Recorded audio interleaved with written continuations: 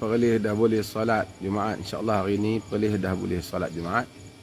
Dan masjid-masjid dibuka. Cuma ada penjarakan lah sebab jaga SOP. KL boleh buka lah. Sepatutnya seluruh negara ni diberi ruang untuk buka, kecuali negeri yang teruk COVID seperti Selangor. Tapi duka cita pengurusan kerajaan mensamaratakan negeri-negeri. Patutnya tidak patut disamaratakan. Kena ada wisdom dalam hal ini.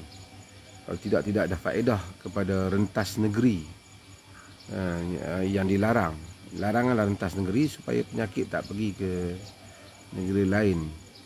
Jadi kalau sekiranya apa yang ada di Selangor tu sama dianggap apa yang ada di Perlis ataupun apa yang ada di Terengganu ataupun ada apa yang dari Kelantan, tentu tidak ada faedah larangan rentas negeri.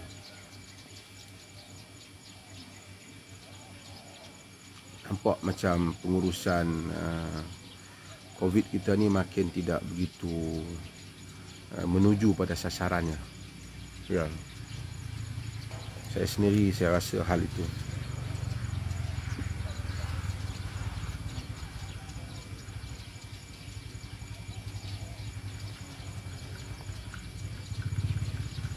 Dia tak timbul masalah kerajaan Melayu Islam ke apa, walaupun melainkan satu orang tu dia berfikir kenapa dia nak kaitkan dengan Islam, melainkan dia kalau tengok orang tu kata kena buat Islam, dia bangkitkan isu tu. Tanda ada kebencian hati dia kepada perkataan Islam itu. Tapi duka cita kalau perkataan itu keluar oleh seorang Muslim. Kalau dia DAP, okeylah, kan.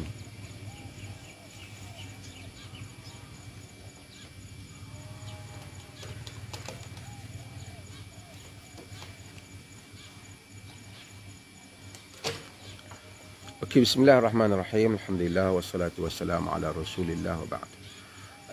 Pagi ini kita akan bahaskan hadis yang diriwayatkan oleh Aisyah radhiyallahu anha. Hadis ini ada dalam Sahih Muslim.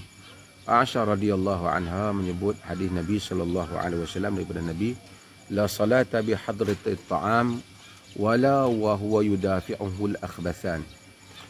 Nabi sallallahu alaihi wasallam menyebut tidak ada salat dengan kehadiran makanan dan tidak dalam keadaan dia menekannya al-akhbathan, yakni dua benda yang jelek. Dua benda jelek itu iaitu rasa nak buang air besar dan rasa nak buang air kecil. Jadi kalau ada dalam dua keadaan ini, Nabi SAW kata la salata, tidak ada salat. Tak ada salat ini nanti kita akan bahaskan maksudnya, tak sah ke ataupun tak sempurna ke ataupun seumpamanya.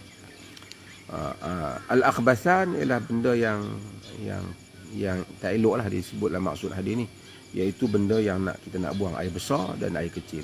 Seorang yang keadaan nak buang air besar sangat, nak buang air kecil sangat, Nabi SAW kata tidak ada salat untuknya. Yang ni dia kena pergi buang air kecil tu, buang air besar dulu. Arab ni dia bahasa dia banyak sikit. Dia banyak, sebab tu dia panggil orang bukan Arab ni sebagai orang ajam, dia sebut, sebab dia kata orang lain daripada bahasa Arab ni bahasa yang sedikit miskin, bahasa dia tak banyak. Arab ni banyak bahasa dia, macam nak buang air tu. Orang Arab tu kalau orang tu rasa nak terkencing tu, dia kata Arab sebut sebagai al-haqin. Al-haqin tu orang yang rasa nak terkencing, dia tahan nak terkencing tu dia panggil al-haqin. Kalau orang rasa nak tahan nak buang air besar tu, dia kata al-haqib. Yang orang nak buang air besar. Kalau tahan nak buang angin tu, dia panggil al-haziq Arab. Orang yang duk tahan nak buang angin. Kalau dia nak tahan nak buang air kecil, tahan nak buang air besar, dia panggil al-haqim. Banyaklah, maksudnya saya nak cerita banyaklah. Dia punya vocabulary dalam bahasa Arab ni tak macam bahasa kita. Okey, tak apa, saya nak cerita hadis ni dulu. Nabi kata la salata bi hadrati ta'am, tidak ada salat dengan kehadiran makanan. Yakni kalau makanan dihidangkan, Nabi kata tak ada salat. Okey. Ulama-ulama bincang, bila makanan dihidangkan, macam mana kita yang sepatutnya lakukan? Pendapat yang pertama menyatakan dia hendaklah makan dahulu, menunaikan hadis ni, hadis Nabi SAW. Pendapat yang kedua, dia kata bahawasanya solat dulu. Ini pendapat yang kedua. Melainkan dia tu dah tak boleh nak tahan dah nak makan. Pendapat yang kedua. Pendapat yang ketiga menyatakan dia makan sikit bagi lepas perasaan nak makan tu, kemudian dia pergi solat cepat. Ini ada 3 pendapat sekurang-kurangnya, tapi pendapat yang paling kukuh ialah pendapat yang menyatakan bahawa dia makan dulu sehingga selesai hajatnya.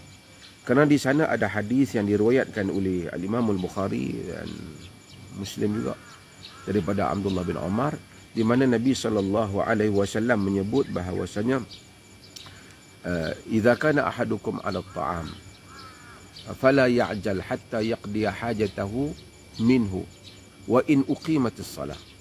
Jika seseorang kamu berada di atas, ada pada makanan, hidangan makanan, jangan duk tergopoh-gapah, kata Nabi, sehingga dia selesaikan hajat dia walaupun telah didirikan salat. Maksudnya orang telah duk qamat, orang dah qamat, duk tengah sembahyang, dia makan dulu. Ini adalah hadis Nabi SAW yang mana kita patut praktikkan apabila makanan dah dihidangkan, terutama masa bulan puasa lah. Makanan dah hidang, anak-anak dah ada keliling, semua duk tunggu nak makan. Bapak kata makan kurma, kita semayang dulu. Yang ni ikut cara Nabi. Sebenarnya tak ada ikut cara Nabi macam tu. Ikut cara Nabi, Nabi bagi tahu makan dulu.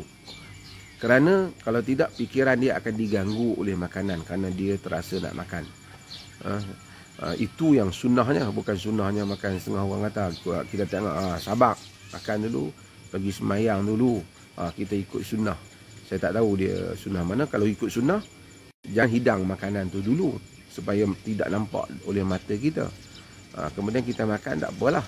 Nabi SAW dia makan begitu. Orang Arab dia dulu dia tak adalah hidangan-hidangan yang besar ni. Nabi makan rutabat sebelum Nabi baginda bersalat. Itu pun rutab tu sendiri ataupun tamar tu ialah makanan asasi mereka. Kita kena tahu dia macam nasi mereka lah.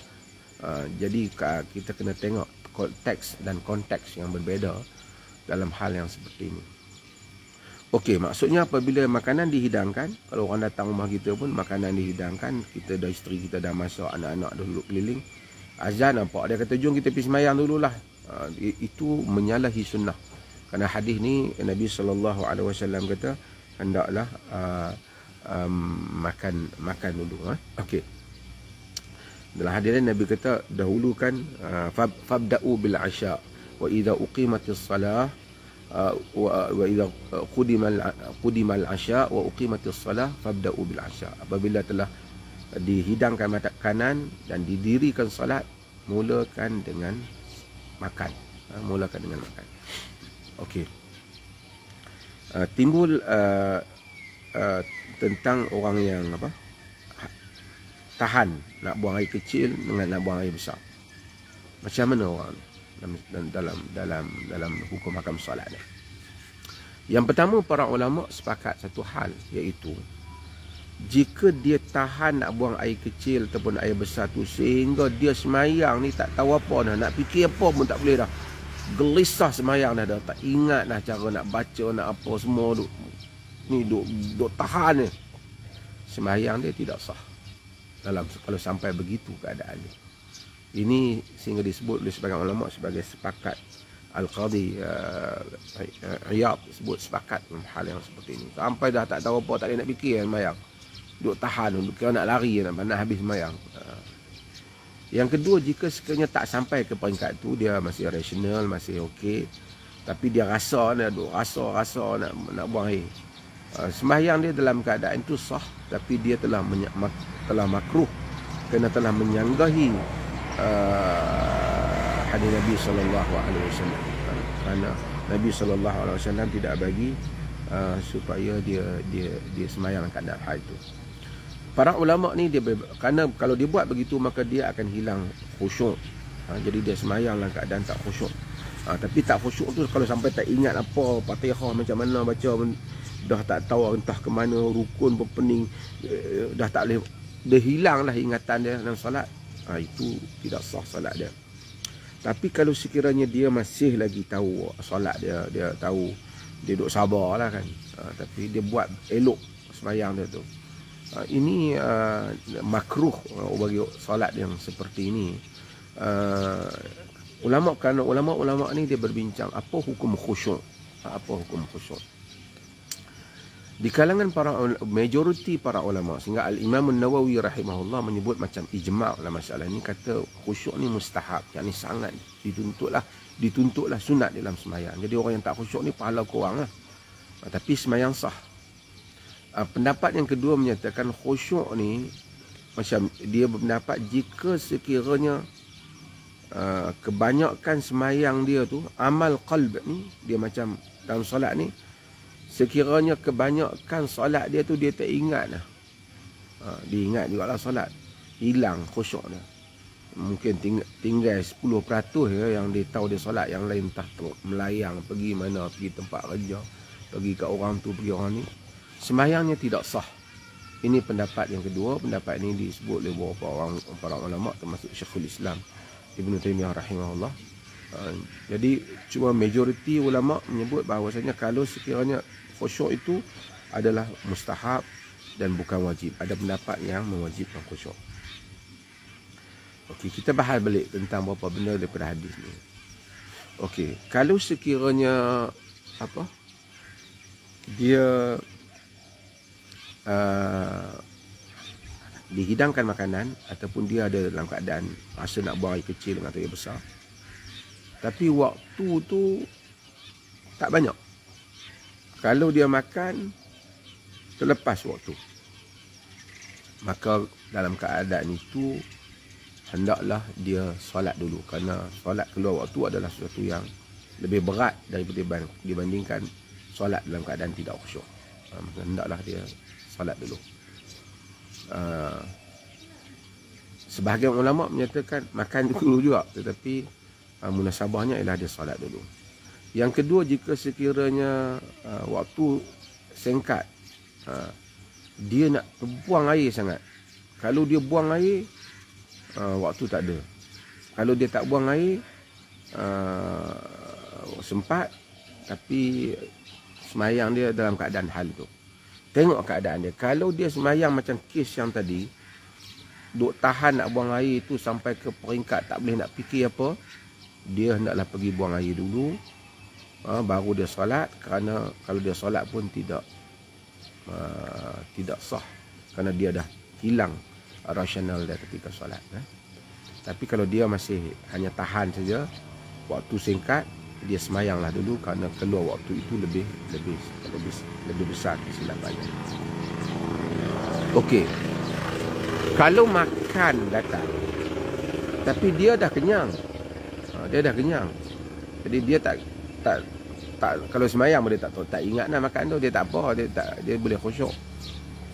Maksudnya dia tak mengganggu dia hidangan itu. Maka kalau dia dalam keadaan itu, maka dia boleh solat dulu. Kerana apa?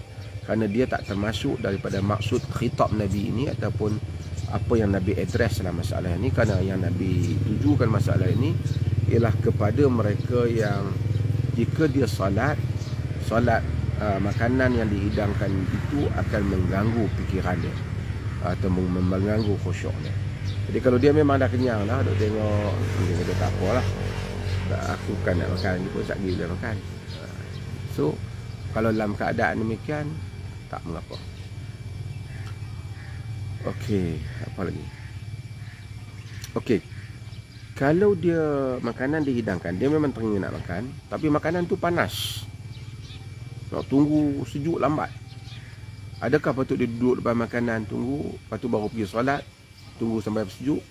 Ataupun dia pergilah solat dulu, makanan pun bukan nak sejuk lagi, dia pergi solat dulu, kerana tidak ada faedah pun dia tunggu. Kalau duduk depan tu pun sama juga. Jadi dia pergilah solat dulu, kerana kedua-dua keadaan tu sama bagi dia. Lebih baiklah dia solat.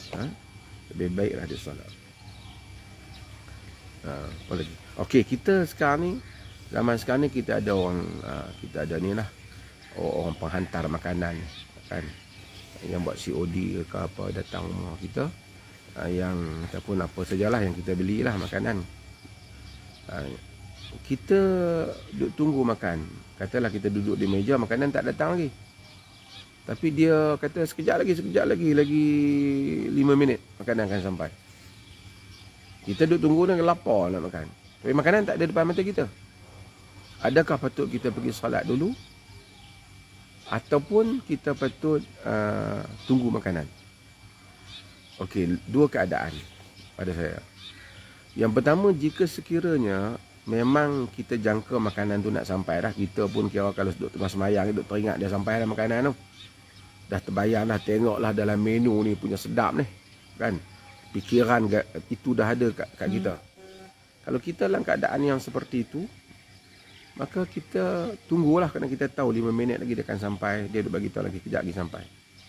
Tapi kalau makanan tu tak tahu lagi bila nak sampai, sejam ke setengah jam ke, tunggu nasi kandak daripada Penang tu, duduk di Perlis, lambat lagi nak sampai, dia hendaklah salat dululah. Kalau tidak, orang kata Syekh Muhammad Saleh Ibn Utsaimin, kalau tidak orang fakir tak semayang duk tunggu makanan mai, tak tahu lagi makanan mana nak mai. Jadi kalau tak tahu lagi pukul berapa nak mai, pas dia solat dululah. Kalau dia tunggu pun duk ada sejam lagi, dia nak buat apa, dia solatlah dulu. Ini dalam keadaan-keadaan yang seperti ini. Okey, para ulama ada bincang hadis ni ialah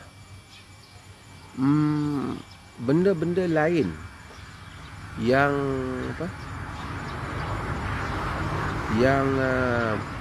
boleh tak hal-hal lain kita ilhaqkan dia ataupun kita jadikan dia sama seperti menahan nak buang air kecil ataupun air besar ni. Contohnya panas, penat, nak semayang dulu kan, nak terus semayang. Kita balik-balik penat, tengok-tengok sampai-sampai penat, kalau semayang berpeluh-peluh ni. Kalau semayang pun tak khusyuk. Adakah patut dimasukkan hal itu? Mereka katakan hal ni, para ulama menyebut hal ini, di kalangan para ulama menyebut hal ini dimasukkan sekali lah. Kerana kalau semayang pun tak khusyuk, ataupun panas lagi, semayang dia tak boleh khusyuk dalam keadaan itu. Kalau semayang pun dia gelisah, dia boleh tunggu dulu dalam keadaan itu. Ataupun dia ni telah jatuh, berlaku satu kes tadi, nak marah sampai tak boleh nak kontrol diri, dia sabar dulu, sekali dia pergi semayang. Kalau semayang pun fikiran dia tak ingat lah, umpamanya. Jadi hal-hal yang seperti ini, apa sajalah yang boleh menyebabkan ganggu orang tu memberikan khusyuk kepada solatnya, maka dia termasuk di dalam seperti menahan, membuang air kecil ataupun air besar. Nabi kata jangan la salata bihadrati ta'am wala wa huwa yudafi'uhu al-akhbasan. Jangan dia semayang dalam keadaan dia keadaan makanan hadir, tidak juga dalam keadaan menekannya dua perkara yang buruk, yang tak elok, iaitu yang sebenarnya akhbasan ni yang keji, tapi dia bukanlah benda maksudnya benda yang Nabi nak sebut tu ialah maksud air kecil dan air besar. Itu maksud hadis ini. Mudah-mudahan memberi manfaat pada yang mendengar.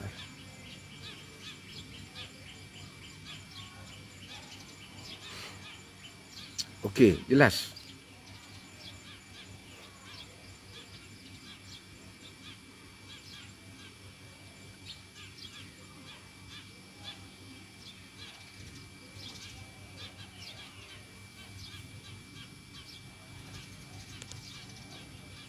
Tak sempat saya nak baca.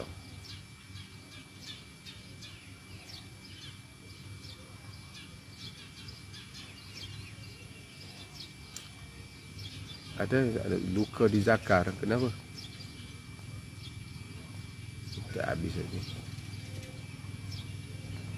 Dan tak sempat baca. Handphone saya ni kecil sikit. Handphone cak ayam.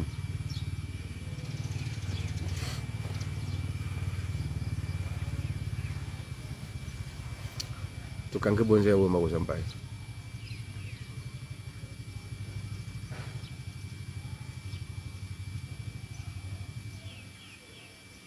Okey. InsyaAllah mudah-mudahan Perli, alhamdulillah. Beli iPad. Saya tak minat dengan Apple. payah dekut.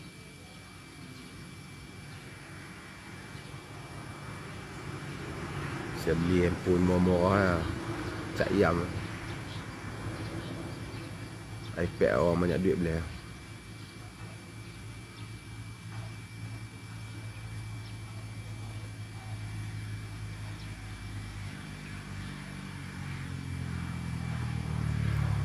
Terima kasih. InsyaAllah jumpa lagi. Mudah-mudahan Allah rahmati kita semua.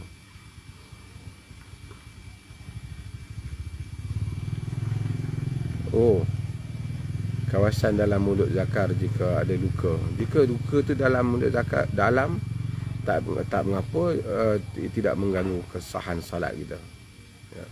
Jika ia bukan terbit daripada dalam badan tapi luka, ya, sembahyang sah. Wuduk kita tidak batal.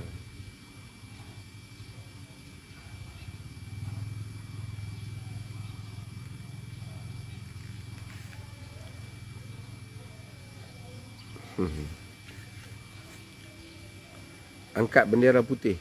Oh, nanti saya akan ulas. Saya semalam tentang tulis sikit artikel tentang bendera putih ni. Nanti dia sebenarnya simple ya. Dia panggil al-wasail laha ahkamul maqasid dalam kaedah. Wasilah-wasilah ataupun jalan-jalan tu dia baginya hukum hakam tujuan. Jadi kalau kita buat, kita gantung apa-apa depan rumah kita tu, apa tujuan dia? Benda ni asalnya boleh gantung bendera depan rumah, boleh bendera hitam ke bendera putih, tapi apa tujuan dia? Hukum gantung tu berdasarkan kepada tujuan itu. Kalau tujuan tu haram, maka hukum dia haram lah. Kalau tujuan itu halal, hukum dia halal lah. Kalau tujuan itu dia baik, dia dapat pahala lah. Kalau tujuan itu harus, maka dia harus lah. Jadi apakah tujuannya? Kalau tujuan dia nak minta bantuan, maka apa hukum minta sedekah lah? Tak ada, orang kita tak mau sebut, tapi minta sedekah lah. Apa hukum minta sedekah?